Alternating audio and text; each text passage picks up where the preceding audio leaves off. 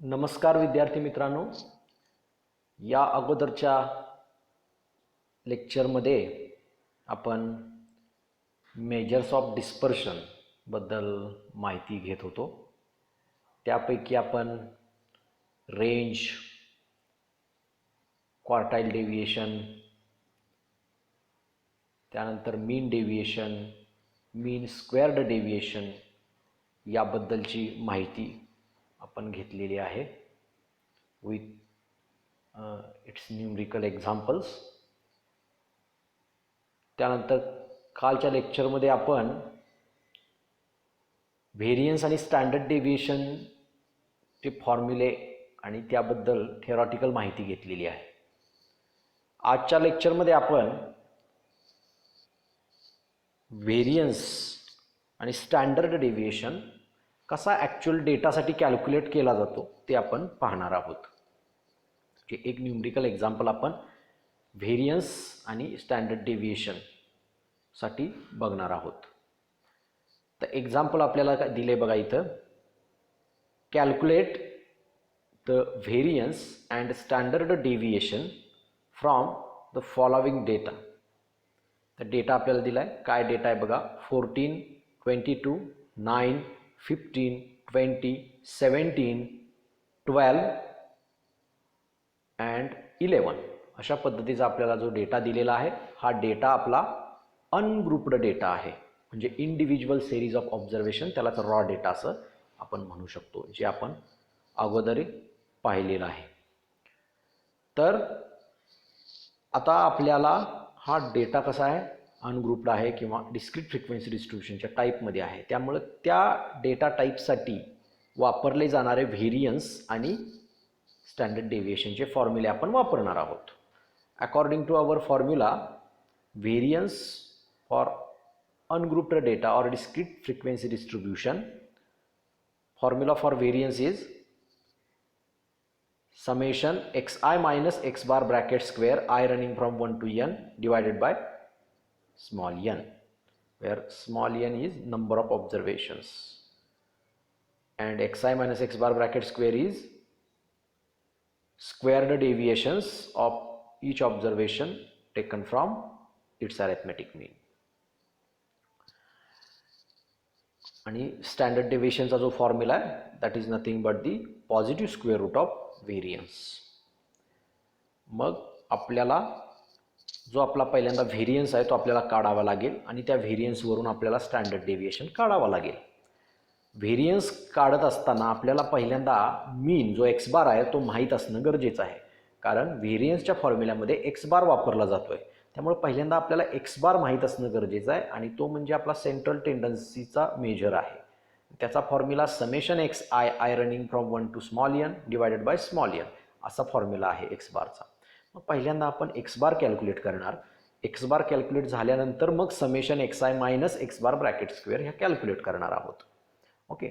मग जर मीन एक्स बार जो आहे तो कॅल्क्युलेट करण्यासाठी आपल्याला काय लागतंय, तर समेशन एक्स आय लागते. म्हणजे जो काय आपला डेटा दिलेला आहे इंडिव्हिज्युअल सिरीजमध्ये एक्स ह्या व्हेरिएबलवरचा, तर त्या सगळ्या डेटाची बेरीज म्हणजे आपला समेशन एक्स आय. तर इथं मी त्या पद्धतीनं कॅल्क्युलेशन टेबल जो आहे तो मी इथं केलेला आहे. एक्स आयचा एक कॉलम आहे. त्या एक्स आयच्या कॉलममध्ये मी एक्स आयच्या व्हॅल्यू लिहिलेल्या आहेत आणि त्यांची बेरीज जी आहे ती खाली सगळ्यात सेपरेटली दाखवलेली आहे. ती किती आहे, 120, 120 अशी ती एक्स आयची बेरीज आहे. सो समेशन एक्स आयच्या ठिकाणी मी काय पुट करू शकतो, 120 divided by 8 because there are 8 number of observations. So 120 divide by 8 and that is equal to 15. मग आता हे 15 आपल्याला जी व्हॅल्यू मिळालेली आहे अरिथमॅटिक मीनची, ती व्हॅल्यू मी प्रत्येक ऑब्झर्वेशनमधून वजा करणार आणि जी काय व्हॅल्यू येईल त्याचा स्क्वेअर करून लिहिणार. त्यामुळं मग मी काय करणार आहे, तर एक्स आय मायनस एक्स बार करत असताना 14 वजा 15 म्हणजे -1 आणि -1चा स्क्वेअर हा किती येणार, +1. So xi minus x bar, that is 14 minus 15, that is equal to -1 and -1 चा स्क्वेअर प्लस 1. अशा पद्धतीनं पहिला जो आपला ऑब्झर्वेशन आहे एक्स आयचं, त्यासाठी मला 1 ही व्हॅल्यू मिळेल X I minus x bar bracket स्क्वेअरची. मी शेवटचा कॉलम तिथं जो केलेला आहे तो X I minus x bar bracket स्क्वेअरचा आहे. तसंच पुढचं ऑब्झर्वेशन आपलं किती आहे तर 22 असं ऑब्झर्वेशन आहे. त्यामुळे 22 मायनस 15 7 मिळेल आपल्याला, आणि 7चा स्क्वेअर किती आहे 49. त्यामुळे 49 असं सेकंड जो रो आहे किंवा सेकंड ऑब्झर्वेशनसाठी X I minus x bar bracket स्क्वेअरची व्हॅल्यू किती येते 49. सिमिलरली 9 मायनस 15 केलं तर मला किती मिळेल 6 मिळेल, -6 मिळेल, आणि -6चा स्क्वेअर किती 36. So for third observation there is a value of summation xi minus x bar square is 36. Similarly we can do this procedure for each value of xi. xi च्या प्रत्येक व्हॅल्यूसाठी मी काय करणार त्या पद्धतीची प्रोसिजर करणार आणि xi minus x bar square ची व्हॅल्यू त्या पद्धतीने त्या कॉलममध्ये लिहिणार, आणि त्याची बेरीज केल्यानंतर मला काय मिळते 140 अशी मला मिळते. मग मी 140 जी आहे ती summation X I minus x bar bracket स्क्वेअरच्या ठिकाणी न्यूमरेटरला लिहिणार. n तुमचा 8 आहे number of observations. So 140 divided by 8 that is equal to 17.5. अशा पद्धतीने मला व्हेरियन्स मिळेल. आता व्हेरियन्सचा दुसरा एक फॉर्म्युला आहे, फॉर्मॅट आहे फॉर्म्युल्याचा, जो आपण वरती बघितला होता काल व्हेरियन्स एक्सप्लेन करत असताना. तो formula summation X I square divided by n minus x bar square असा आहे. मग मी समेशन एक्स आय स्क्वेअर मला लागणार आहे, त्यामुळे मी एक्स आय ह्या कॉलममधल्या प्रत्येक व्हॅल्यूची स्क्वेअर करून लिहिणार. म्हणजे 14चा स्क्वेअर 196, 22चा स्क्वेअर 484, 9चा स्क्वेअर 81, 15चा स्क्वेअर 225, 20चा स्क्वेअर 400, 17चा स्क्वेअर 289, 12चा स्क्वेअर 144, 11चा स्क्वेअर 121. अशा पद्धतीनं एक्स आयचे स्क्वेअर सगळे मी करून तो कॉलम लिहिलेला आहे. आणि मग त्याची जी बेरीज आहे समेशन एक्स आय स्क्वेअर त्याला आपण म्हणणार आहोत, ती किती येते आपल्याला 1940.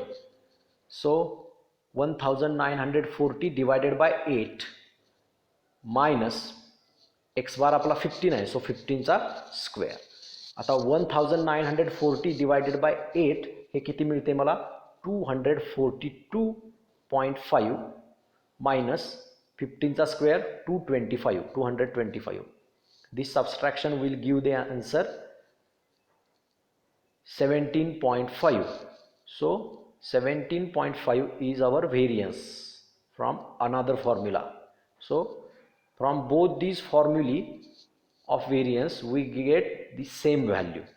So our variance of given data, that is x variable, is nothing but the 17.5.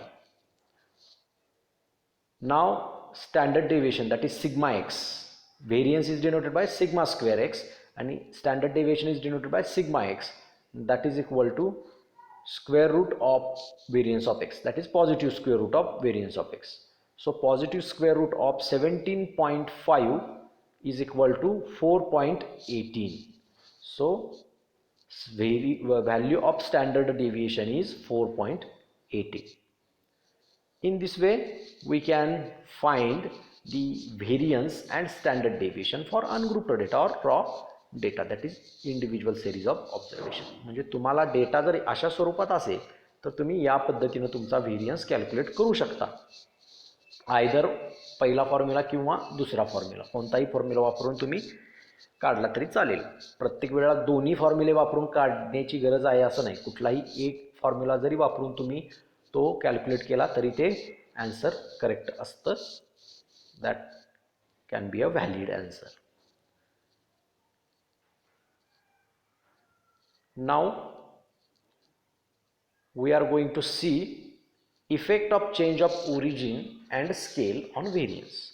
जे तुमचं जर व्हेरियन्स आहे त्या व्हेरियन्सवरती तुमच्या ओरिजिनल व्हेरिएबलमध्ये काही चेंज केला, म्हणजे शिफ्ट ऑफ ओरिजिन केला किंवा शिफ्ट ऑफ स्केल केला, तर त्याचा परिणाम तुमच्या ओरिजिनल व्हेरियन्सवरती काय होतो का, हे आपण बघणार आहोत. That is nothing but effect of change of origin and scale on variance.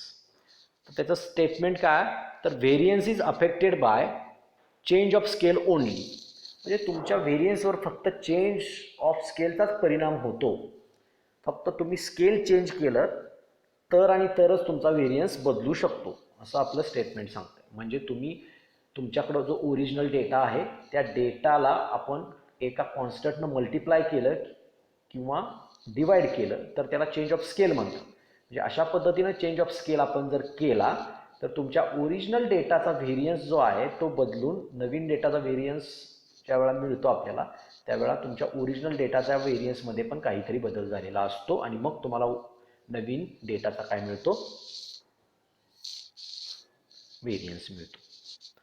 मग त्याचं प्रूफ आपण आता बघणार आहोत. Let x1, x2, dot dot dot, xn be the n observations and x bar be their arithmetic mean, then variance denoted by sigma square x is given by, variance आपला sigma square x न denote केला जातो and that is equal to 1 by n summation xi minus x bar bracket square. Let us consider the transformation yi is equal to xi minus a upon h, I running from 1, 2, so on n, where a and h are any arbitrary constants. Then xi is equal to a plus h into yi. Also we know that x bar is equal to a plus h into y bar. म्हणजे आपण तुमच्या x1, x2, so on xn असा जो data आहे, म्हणजे in general xi running from 1 to n, तर त्या प्रत्येक व्हॅल्यूमध्ये मी काही बदल केला. काय बदल केला, तर xi मधून a हा कॉन्स्टंट वजा केला आणि h ह्या कॉन्स्टंटनं काय केलं, त्याला डिवाइड केलं. अशा पद्धतीचा बदल मी केला तुमच्या प्रत्येक व्हॅल्यूमध्ये आणि मग त्यामुळे मला प्रत्येक व्हॅल्यू ओरिजिनल व्हॅल्यूसाठी एक नवीन व्हॅल्यू मिळणार, y1, y2, so on yn, म्हणजेच in general yi, I running from 1 to n. असा जर मी बदल केला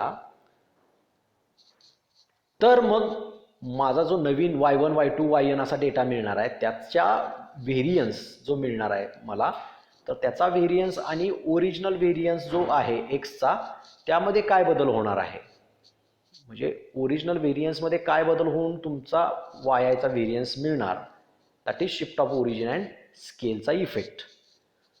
ओके, मग आपल्याला yi is equal to xi minus a upon h असेल तर मला xi ची व्हॅल्यू डेफिनेटली काय मिळेल त्याच्यावरून, a plus h into yi.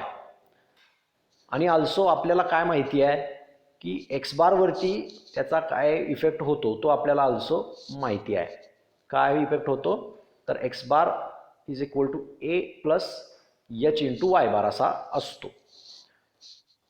So मग मला आता तो इफेक्ट चेक करण्यासाठी मी फॉर्म्युला कन्सिडर केला की sigma square x is equal to 1 by N summation X I minus x bar आणि that is equal to 1 by N summation X आयच्या ठिकाणी एक्स आयची जी व्हॅल्यू आहे ती पुट केली मी, A plus H into Y I minus A minus H into Y bar, म्हणजे X बारची व्हॅल्यू आहे ती तिथं मी पुट केली आणि ब्रॅकेटचा स्क्वेअर. आता मी काय केलं,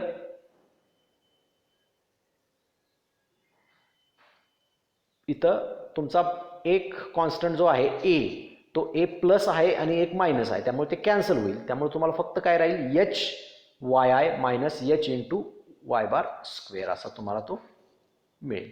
आता तो कॉन्स्टंट दोन्हीकडे कॉमन आहे त्यामुळे तो तुम्ही काय घेऊ शकता, ब्रॅकेटच्या बाहेर घेऊ शकता आणि त्याचा स्क्वेअर होऊ शकतो कॉमन घेतल्यानंतर. तर तो एच स्क्वेअर होऊन बाहेर येईल आणि h square into 1 by n bracket summation y I minus Y bar bracket square i running from 1 to n अशा पद्धतीनं तुम्हाला तो मिळेल. मग 1 by N summation y I minus Y bar bracket square हा जो फॉर्म्युला आहे हा फॉर्म्युला म्हणजे तुमचा जो वाय आय व्हेरिएबल आहे त्याचा व्हेरियन्सचा फॉर्म्युला आहे असं म्हणजे तो फॉर्म्युल्यावरनं लगेच लक्षात येतं आहे. That is the formula of variance of Y I. त्यामुळे त्या फॉर्म्युल्याबद्दल 1/n summation y I minus Y bar square याच्याबद्दल मी काय लिहू शकतो, सिग्मा स्क्वेअर वाय. म्हणजे मला sigma square x is equal to h square into sigma square y असं मिळते. मग मला नवीन व्हेरिएबलचा variance sigma square y is equal to काय मिळेल, sigma square x upon h square असा मिळेल ना. म्हणजे वाय आयचा व्हेरियन्स मिळताना मला एक्सच्या व्हेरियन्सला जर एच स्क्वेअरनं डिवाइड केलं तर मला नवीन व्हेरिएबलचा व्हेरियन्स मिळतो, बरोबर. म्हणजे नवीन व्हेरिएबलच्या व्हेरियन्स मिळत असताना original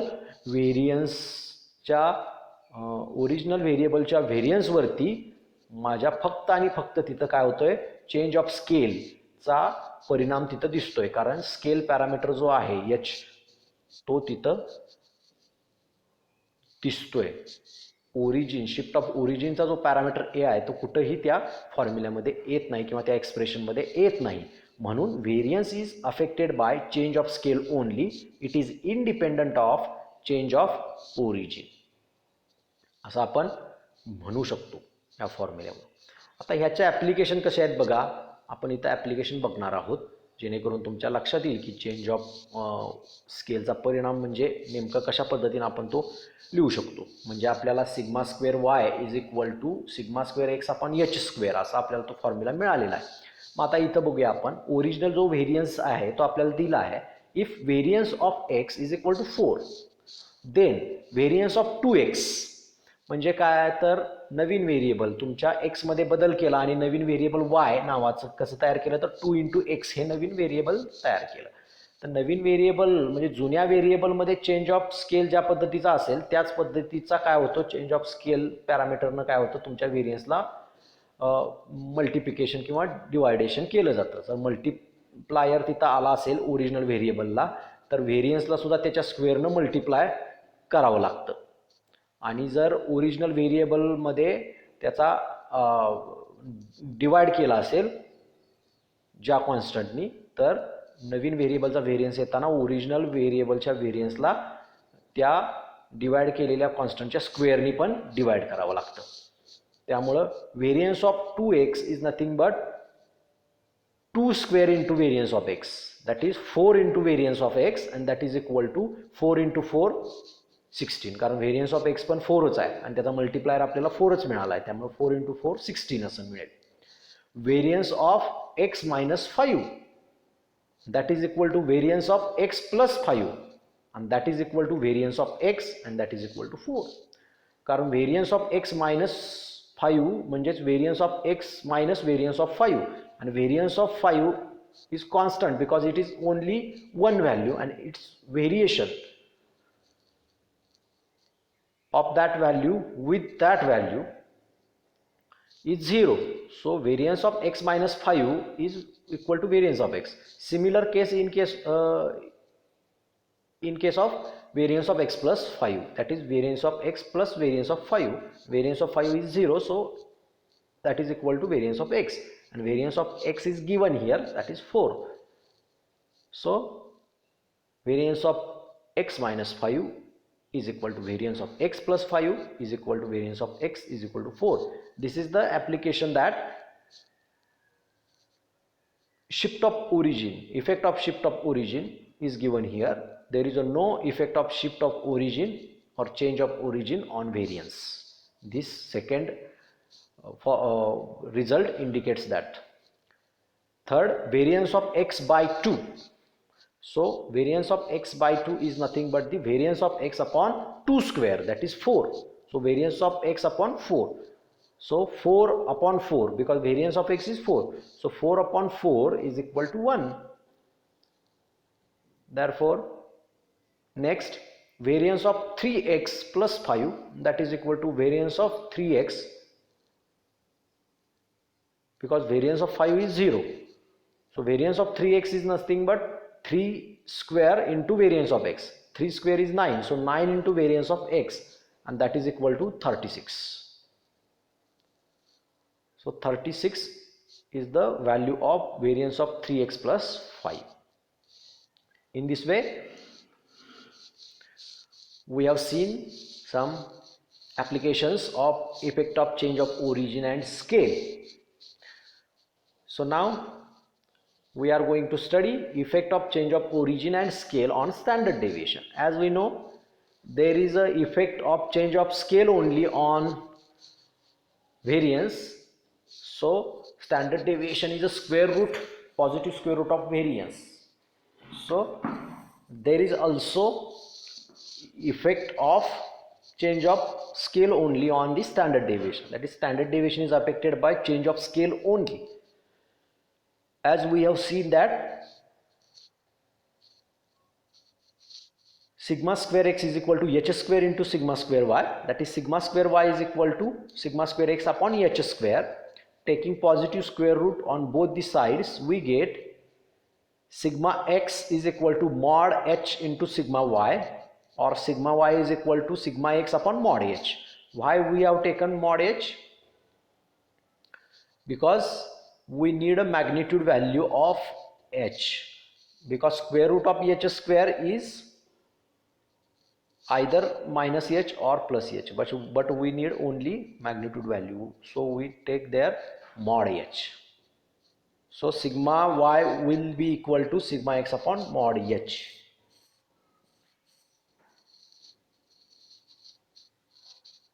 Here are some applications or examples. If sigma x equal to 2, then SD, standard deviation of 2x, is equal to 2 into standard deviation of x, and standard deviation of x is 2, so 2 into 2 is equal to 4. But in case of variance, variance of 2x is nothing but 2 square variance of x. But in case of standard deviation of 2x is nothing but 2 into standard deviation of x, and that is equal to 4. Similarly, standard deviation of x minus 5 is equal to standard deviation of x plus 5, and that equal to standard deviation of only x, because standard deviation of 5 is 0, so no need to take it in sum. So standard deviation of both the expression is equal to standard deviation of x, and that is equal to 2, because standard deviation of x is 2 is given in above. Third, standard deviation of x by 2. Standard deviation of x by 2 is nothing but standard deviation of x divided by 2. So 2 by 2 is equal to 1. Again, standard deviation of 3x plus 5 is equal to standard deviation of 3x only, because standard deviation of 5 is 0. Standard deviation of 3x, and that is equal to 3 into standard deviation of x, that is 3 into 2 is equal to 6. In this way, we have seen the effect of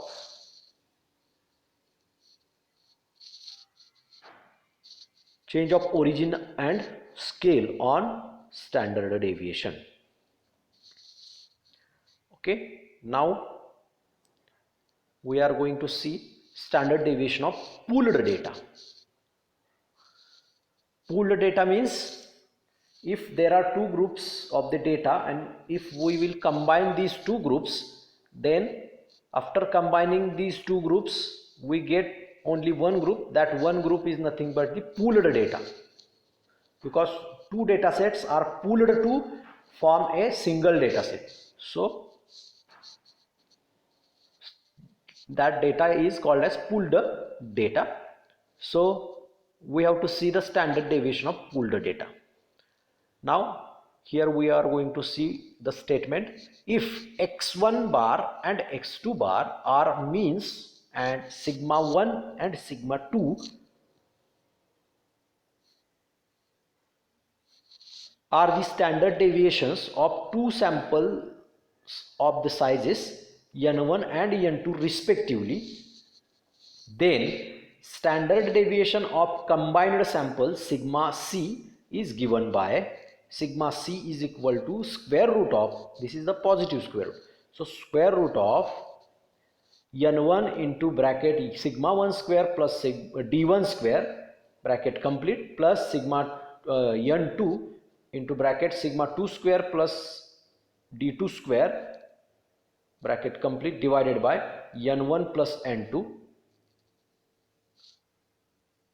where d1 is equal to x1 bar minus x bar, d2 is x2 bar minus x bar, and where x bar is n1 into x1 bar plus n2 into x2 bar upon n1 plus n2. So x bar is the combined mean of the two groups, and x1 bar and x2 bar are the separate means of the two groups respectively.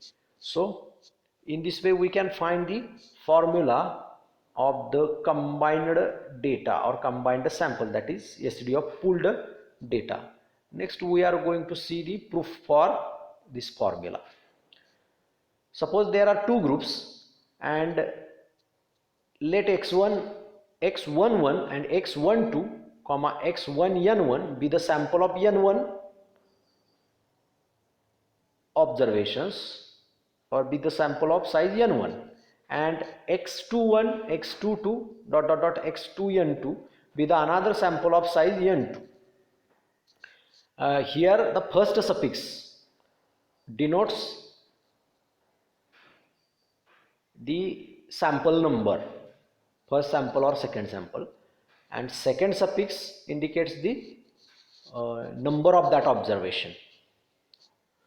So these are the two samples of size n1 and n2 respectively. Then we know that x1 bar is summation x1i upon n1 and x2 bar is summation x2i upon n2, and also x bar is n1 into x1 bar plus n2 into x2 bar upon n1 plus n2. Let d1 is equal to x1 bar minus x bar, d2 equal to x2 bar minus x bar. The variance of combined sample is given by sigma square c is equal to 1 upon n1 plus n2 into bracket combined, we are writing a variance of combined sample. So combined sample will have the number of observations n1 plus n2, and for first group of n1 observations its mean is x bar. We split this combined data in two groups of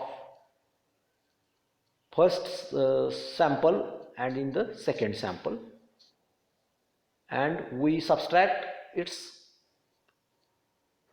combined mean from it and we take summation separately. म्हणजे दोन groups आहेत तर दोन्ही group एकत्र करून प्रत्येक observation मधून तुमचा कंबाइंड मीन वजा करणं, म्हणजेच पहिल्या ग्रुपच्या प्रत्येक ऑब्झर्वेशन मधून कंबाइंड मीन वजा करणं आणि त्याची समेशन घेणं, प्लस दुसऱ्या ग्रुपच्या प्रत्येक ऑब्झर्वेशन मधून कंबाइंड मीन वजा करणं आणि त्याचा स्क्वेअर करून सम घेणं, हे एकसारखंच आहे. त्यामुळे मी काय केलं, सेपरेटली समेशन घेतल्या पहिल्या ग्रुपच्या आणि दुसऱ्या ग्रुपच्या आणि त्यांची परत सम घेतली. सो इथं काय मिळते बघा, summation x1i minus x bar bracket square plus summation x2i plus x2i minus x bar bracket square, म्हणजे सगळ्या टोटल सम ऑफ स्क्वेअर्स आपल्याला मिळालेले आहे. पहिल्या ग्रुपची sum of squares of the deviations आणि दुसऱ्या ग्रुपची sum of squares of deviations, या दोन्ही समच्या आपण परत सम घेतलेली आहे. त्यामुळे this is nothing but the sum of squares of deviations of all combined group or combined data here. Now in here second step we make some adjustment. काय adjustment करतोय बघा आपण, तर पहिला ग्रुपची जी सम ऑफ स्क्वेअर आपण दिलेली आहे त्यातून x1 मायनस करतोय, x1 बार मायनस करतोय आणि एक x1 बार ॲड करतोय. तसंच दुसरी जी आपली समेशन आहे त्यामध्ये x2 बार मायनस करतोय आणि x2 बार ॲड करतोय. सो त्या पद्धतीनं समेशन आपल्याला काय मिळेल बघा, समेशन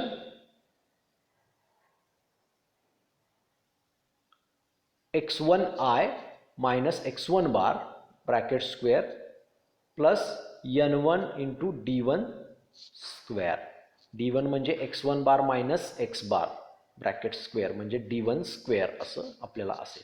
आता हे काय a प्लस बी ब्रॅकेटचा स्क्वेअर आहे, त्या पद्धतीने ते स्प्लिट केलं आणि नंतर म्हणजे a प्लस बी ब्रॅकेटच्या स्क्वेअरनुसार तो ब्रॅकेट एक्सपांड केला आणि नंतर प्रत्येकाला समेशन्स आतमध्ये देऊन टाकल्यानंतर ते तुम्हाला त्या पद्धतीचं एक्सप्रेशन मिळते. कारण d1 स्क्वेअर हा कॉन्स्टंट आहे, म्हणजे x1 बार मायनस x बार हा कॉन्स्टंट आहे, त्यामुळे समेशनच्या बाहेर येईल आणि summation 1 i running from 1 to n1 म्हणजे त्याचं आन्सर n1 असणार आहे. त्यामुळे n1 इंटू d1 स्क्वेअर मिळाल आणि 2 इंटू a प्लस बी म्हणजे जी टर्म आहे ती टर्म काय होईल, व्हॅनिश होईल. कारण sum of all the deviations taken from arithmetic mean is equal to 0 त्या प्रॉपर्टीनुसार 2ab ही टर्म जी आपण घेणार आहे थोडक्यात, म्हणजे 2 into x1i minus x1 bar into x1 bar minus x bar ही टर्म काय होईल, व्हॅनिश होईल. त्यामुळे फक्त स्क्वेअरच्या टर्म तेवढ्या येतील. त्याच पद्धतीनं दुसऱ्या टर्ममध्ये पण त्याच पद्धतीने येईल, summation i running from 1 to n2 x2i minus x2 bar bracket square plus n2 into d2 square. Okay, that is equal to 1 upon n1 plus n2 into bracket पहिली जी समेशन आपण दिलेली आहे ती समेशन म्हणजे काय, पहिल्या ग्रुपचा जो व्हेरियन्स आहे त्याला जर त्याच्या नंबर ऑफ ऑब्झर्वेशननी मल्टिप्लाय केलं तर आपल्याला ती सम ऑफ स्क्वेअर्स मिळते.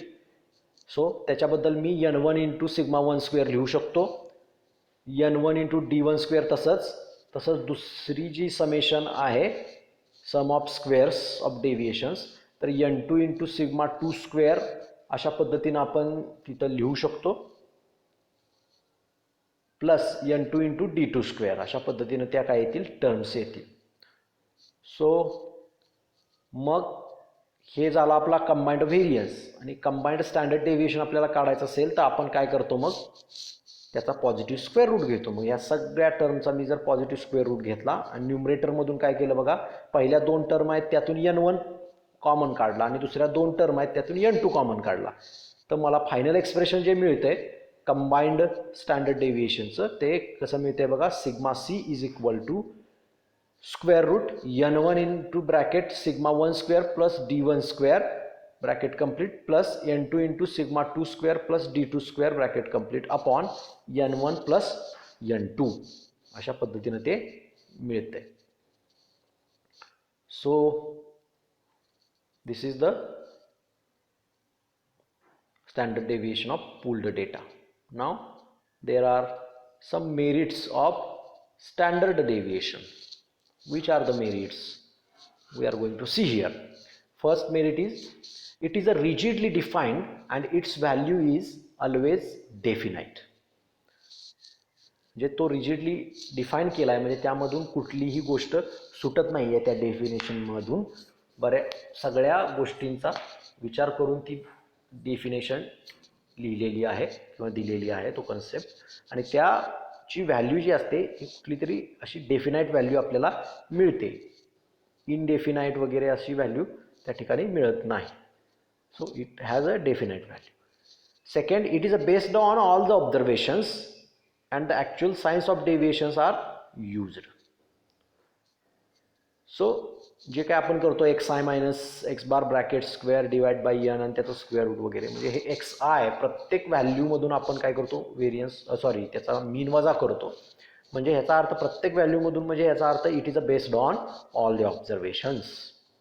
आणि मग त्या जे डेविएशन्स आहेत त्याची स्क्वेअर्ड डेविएशन्स आपण घेतो असतो, त्यामुळे त्याचं साईन आपण ॲक्च्युली गृहीत धरलेलं असतं त्या ठिकाणी. Third, as it is based on arithmetic mean it has all the merits of arithmetic mean. म्हणजे अरिथमॅटिक मीनवरती तो डिपेंड असणारा काय मेजर ऑफ डिस्पर्शन आहे, त्यामुळं अरिथमॅटिक मीनचे जेवढे सगळे काही मेरिट्स असतील ते सगळे त्याला लागू पडतात. It is most important and widely used major of dispersion. हे महत्त्वाचं आणि जास्त वापरलं जाणारं मेजर ऑफ डिस्पर्शन आहे. शक्यतो मेजर ऑफ डिस्पर्शन जे आहे किंवा त्या एखाद्या डेटामधलं व्हेरिएशन किती आहे हे काढण्याचं सगळ्यात प्रभावी परिमाण असेल किंवा माध्यम असेल तर ते स्टँडर्ड डेव्हिएशनच आपण सगळीकडे वापरतो. It is capable for further algebraic treatment, म्हणजे पुढच्या बऱ्याच जे काय स्टॅटिस्टिकल थिअरीज डेव्हलप झालेल्या आहेत किंवा आणखी काही फॉर्म्युले वगैरे आहेत त्यामध्ये हा स्टँडर्ड डेव्हिएशन वापरला जातो as a measure of dispersion म्हणून. Next, it is a less affected by fluctuations of sampling and hence it is a stable. म्हणजे सॅम्पलिंगमुळे जी काय एरर येतात त्या एररचा कमीत कमी परिणाम स्टँडर्ड डेव्हिएशनवरती होतो, त्यामुळे त्याला आपण एक स्टेबल मेजर गृहीत धरतो. And this is the merit of standard deviation. Sixth, it is a basis for measuring the coefficient of correlation and sampling. म्हणजे तुमच्या सॅम्पलिंग करत असताना आणि कोइफिशियंट ऑफ कोरिलेशन काढत असताना, मेजर करत असताना हा एक प्रकारचा तुम्हाला बेस म्हणून वापरला जाऊ शकतो किंवा एक फाउंडेशन तुम्ही म्हणून तिथं वापरू शकता की तुमच्या डेटामध्ये व्हेरिएशन किती आहे ह्याच्यावरनं तुम्ही त्या गोष्टी सगळ्या कोइफिशियंट ऑफ कोरिलेशन आणि सॅम्पलिंगमधल्या बऱ्याच गोष्टी ठरतात. So these are the merits of standard deviation. Now we are going to see the demerits of standard deviation.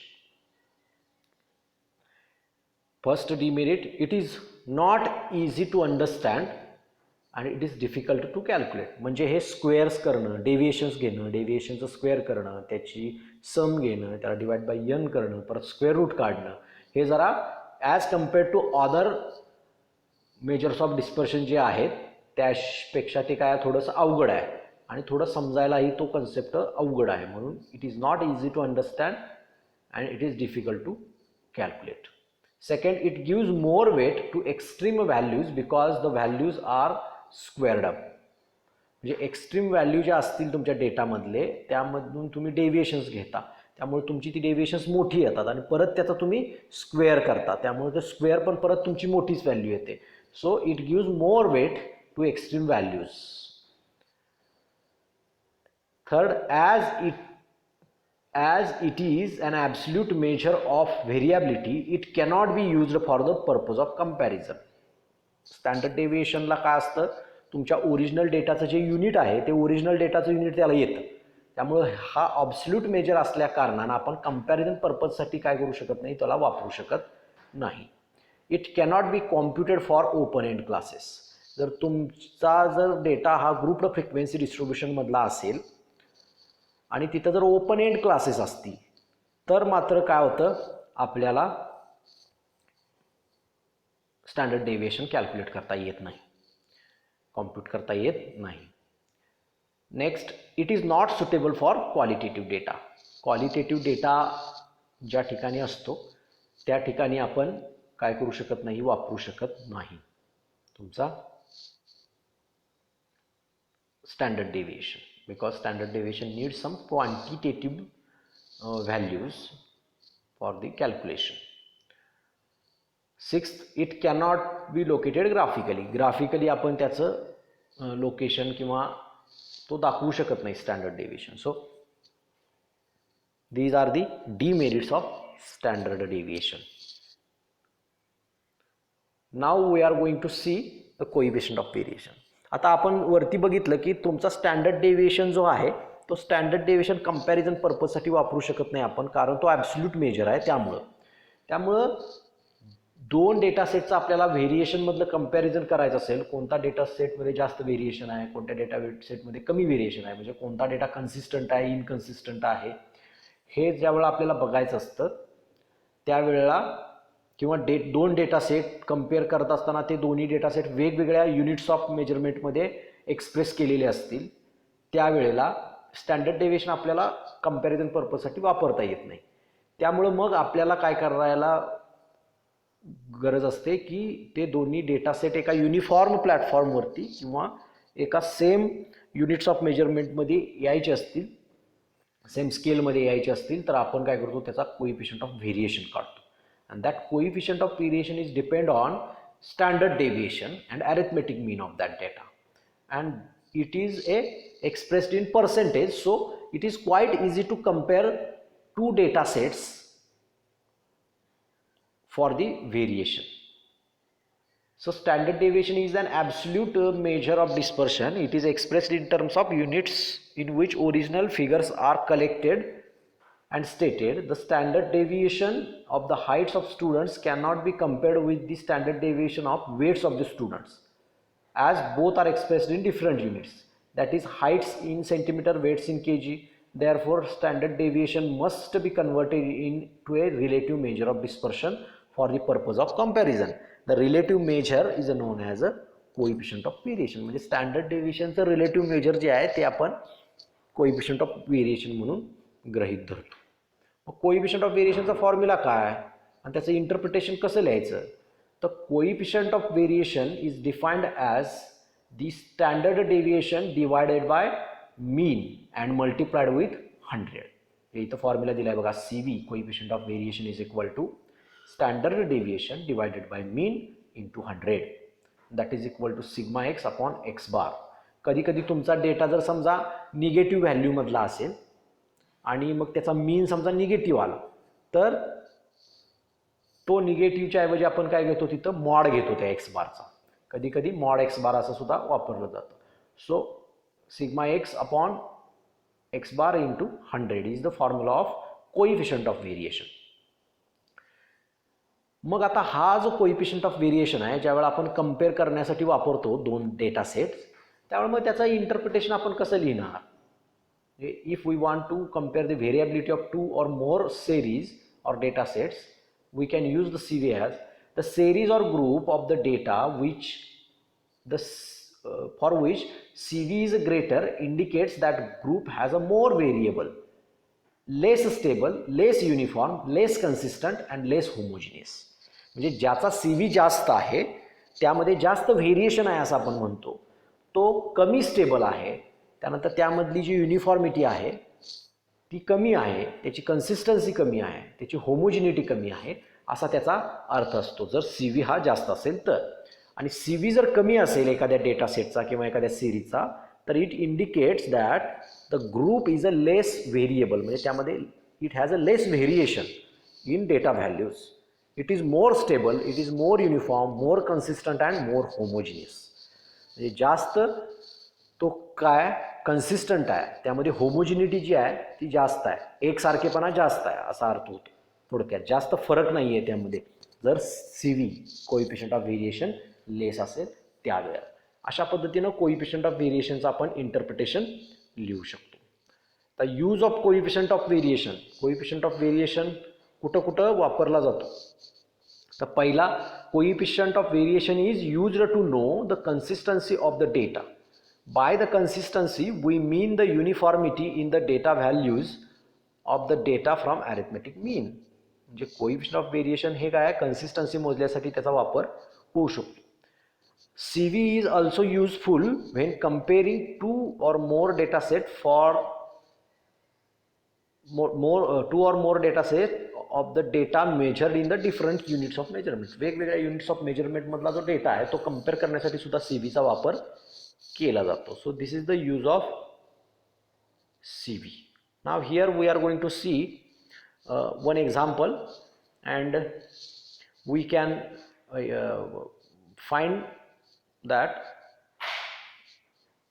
which city has a more stable prices. Here prices of particular commodity, एखाद्या कुठल्या तरी वस्तूची आपल्याला price दिलेली आहे 5 इयरमधल्या 2 सिटीजमधल्या. तर मग कोणत्या सिटीजमधल्या प्राइस ज्या आहेत त्या मोर स्टेबल आहेत. ओके, म्हणजे वेगवेगळी दुकानं आहेत, समजा पुणे आणि मुंबई असं शहर असतील दोन, वेगवेगळ्या ठिकाणच्या एकाच वस्तूच्या त्या शहरातल्या वेगवेगळ्या ठिकाणच्या प्राइस आपण घेतलेल्या आहेत, 5 ठिकाणच्या घेतल्यात समजा आपण, किंवा 5 वर्षांच्या घेतलेल्या आहेत. एका वस्तूची या वर्षी 2001ची प्राइस, त्यानंतर त्याच वस्तूची 2002 मधली प्राइस, त्याच वस्तूची 2003 मधली प्राइस, त्याच वस्तूची 2004 मधली प्राइस आणि त्याच वस्तूची 2005 मधली प्राइस. अशा पद्धतीनं 5 वर्षाच्या आपण प्राइस मुंबई आणि पुणे अशा घेतल्या समजा. एकाच वस्तूच्या, तर त्यामध्ये कोणत्या सिटीमधल्या प्राईस मोर स्टेबल आहेत, जास्त त्यामध्ये फरक येत नाही आहे, जवळपास कन्सिस्टंट आहेत असं आपण म्हणू शकतो. तर which city has a more stable prices, ह्याचं उत्तर आपल्याला जर काढायचं असेल तर आपण CVचा वापर करतो, कोएफिशियंट ऑफ व्हेरिएशनचा. म्हणजे काय करणार आपण, प्राइस इन सिटी ए हा जो डेटा आहे त्यासाठी CV काढणार, प्राइस इन सिटी बी ह्यासाठीचा आपण CV काढणार. असे दोन CV मिळणार, CV ऑफ सिटी ए आणि CV ऑफ सिटी बी असे दोन मिळतील आपल्याला. मग त्यातला जो CV कमी असेल त्या सिटीमध्ये प्राइसेस आर मोर स्टेबल आहेत असं आपण म्हणणार. मग इथं सोल्युशन काढत असताना मला पहिल्यांदा काय करावं लागेल, व्हेरियन्स काढावा लागेल, व्हेरियन्सवरून स्टँडर्ड डेव्हिएशन काढावं लागेल, त्यानंतर त्याचे अरिथमेटिक मीन पण काढावे लागतील आणि मग मी काय करणार, त्याचा CV काढणार प्रत्येक सेपरेट सिटीजचा. मग त्यातली जी सिटी ए आहे त्या सिटी एला मी समजा एक्सनं डिनोट केलं त्याच्या प्राइसेस, आणि सिटी बी आहे त्याच्या प्राइसेस वायनं डिनोट केल्या. तर मला एक्स बार काढायचं असेल तर समेशन एक्स लागेल. त्यामुळे एक्सचा जो कॉलम आहे त्याची मी बेरीज घेतली, that is summation x is equal to 100 आणि summation y is equal to 75 अशा मला त्या मिळाल्या. त्याच्यावरनं मी एक्स बार वाय बार काढू शकतो. माझा एक्स बार बघा इथं मिळाला, वाय बार काय मिळतोय, x bar is equal to summation x upon n, so 100/5 is equal to 20 आणि y bar is equal to summation y upon n, that is 75/5 that is 50. मग आता मला व्हेरियन्स काढत असताना मला काय घ्यावं लागेल, तर मी काय करणार, व्हेरियन्स काढत असताना XI मधून म्हणजे प्रत्येक XI मधून तुमचा एक्स बार वजा करणार. सो तो एक्स बार वजा केला आणि त्या कॉलमची मी काय घेतला, स्क्वेअर घेतला, तर मला XI minus x bar bracket square मिळेल. मग त्याची सम जी आहे समेशन XI मायनस एक्स बार किंवा समेशन YI मायनस वाय बार यांच्या ब्रॅकेटच्या स्क्वेअरच्या सम, त्या सम मी माझ्या व्हेरियन्स काढायला वापरणार. व्हेरियन्सवरून मी स्टँडर्ड डेव्हिएशन काढणार आणि नंतर मग CV काढणार. मग मला इथं बघा आता एक्सच्या व्हॅल्यू आहे, एक्स बार मला मिळालेलं आहे, एक्स बार 20 आहे आणि वाय बार 15 आहे. त्या पद्धतीने एक्स मायनस एक्स बार केला मी, 16 वजा 20 केलं तर मला -4 मिळेल, 19 वजा 20 मिळालं तर -1 मिळेल, 20 वजा 20 0, 22 वजा 20 2, 23 वजा 20 3. अशा पद्धतीने मला ते XI मायनस एक्स बार मिळेल. तसंच YI मायनस वाय बार म्हणजे वाय मायनस वाय बार मी करू शकतो.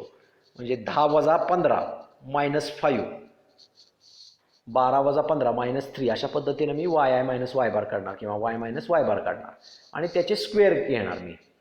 एक्स मायनस एक्स बारचा स्क्वेअर आणि वाय मायनस वाय बारचा स्क्वेअर, म्हणजे मला ते कॉलम मला मिळतील. म्हणजे -4चा स्क्वेअर 16, त्यानंतर 1चा स्क्वेअर 1, 0चा स्क्वेअर 0, 2चा स्क्वेअर 4, 3चा स्क्वेअर 9 अशा पद्धतीने मला मिळतील.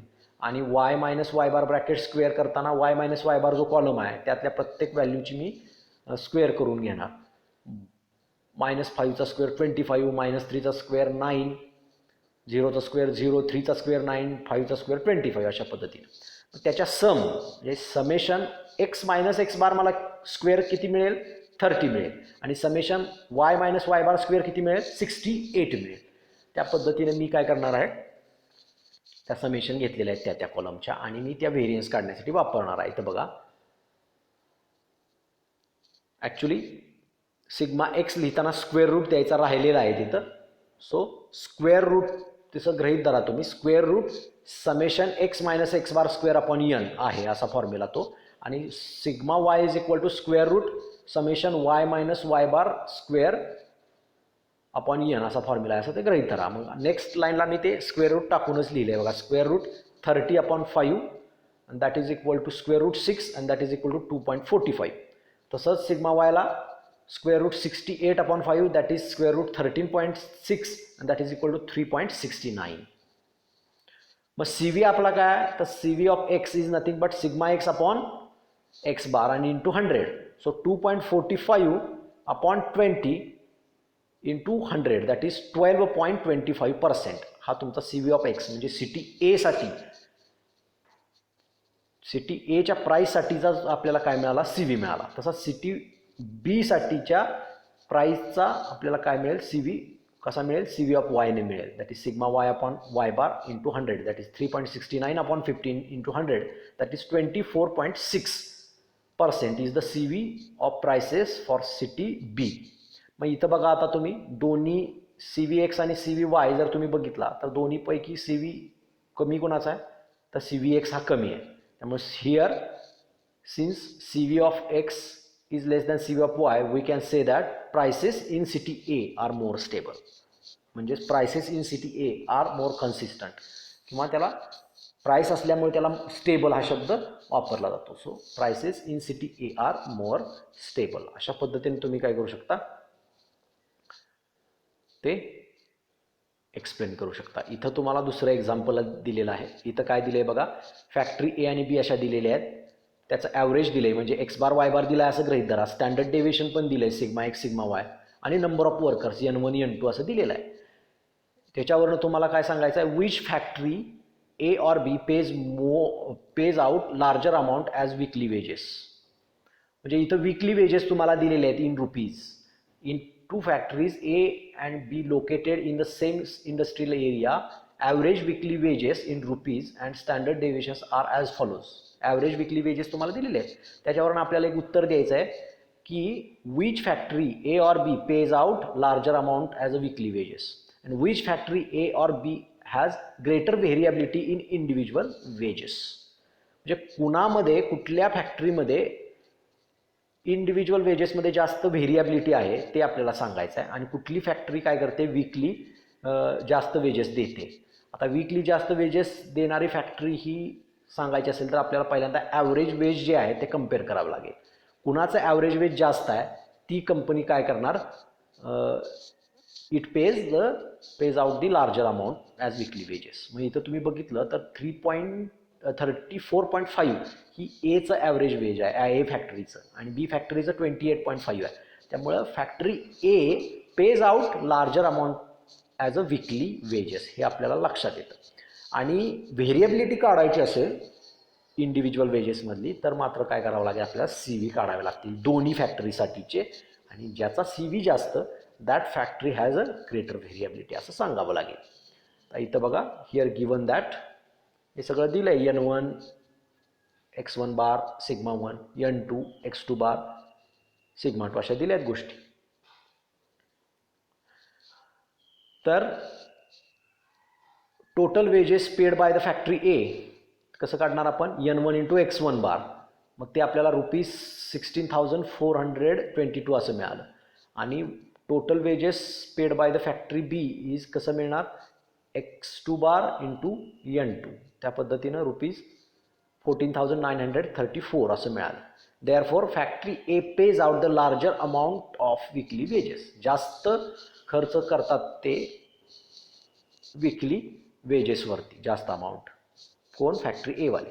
आता कुणामध्ये व्हेरिएबिलिटी जास्त आहे हे आपण CV वरनं काढणार. CVचा formula, CV for A is sigma 1 upon x1 bar into 100. So 5 upon 34.5 into 100, that is 14.49%. Now CV of B is equal to sigma 2 upon x2 bar, that is 4.5 upon 28.5 into 100, that is 15.79%. इथं तुम्ही बघितलं तर here CV of B is larger than CV of A. So factory B has a greater variability in individual wages. In this way we can interpret the CV or compare the CV for our required conclusion. So in this way we have seen the theory behind CV and its computational procedure and interpretation. So for today's lecture we are going to stop here. Thank you.